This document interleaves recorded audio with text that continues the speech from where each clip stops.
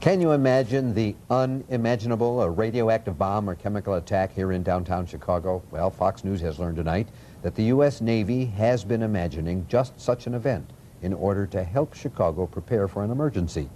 Our investigative reporter, Larry Yellen, is live at Michigan and Lake Streets, the spot the Navy says could be ground zero.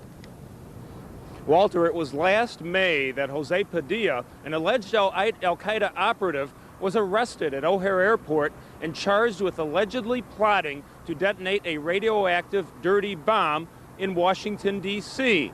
His target was Washington, D.C., but the U.S. Navy decided to use this intersection at Chicago to simulate a computer model of a similar event. You are looking at a computer-generated prediction of the path that the contaminants from a radioactive dirty bomb would follow after an explosion in downtown Chicago. This particular model assumes a mild breeze of 6 miles per hour off Lake Michigan, and ground zero for this model is the intersection at Lake Street and Michigan Avenue. The Chicago River has a very strong channeling effect on what happens.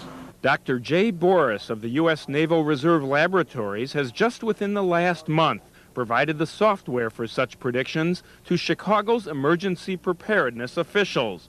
The computer simulation was obtained by Fox News this week and is being shown publicly for the first time tonight. This newest 3D model takes into account Chicago's high-rises, the Chicago River, trees and sloping terrain, even alleys, in helping disaster officials predict just how fast and how far a radioactive chemical or biological plume would spread.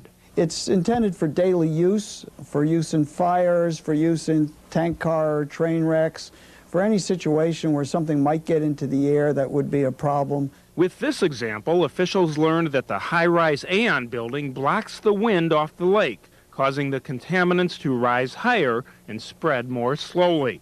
On the other hand, the Chicago River acts like a tunnel, carrying the contaminants lower and further from ground zero.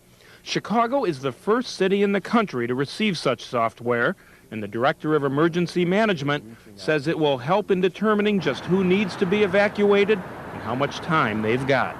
It gives us an edge on being able to determine the speed that a plume would move and what locations or what areas it would cover.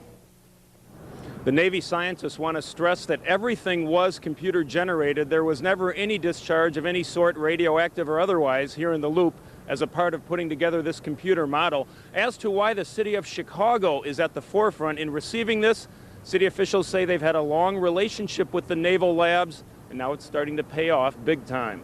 Live at Lake in Michigan, Larry Yellen, Fox News, Chicago. Robin? Very interesting. A little scary, too, Larry.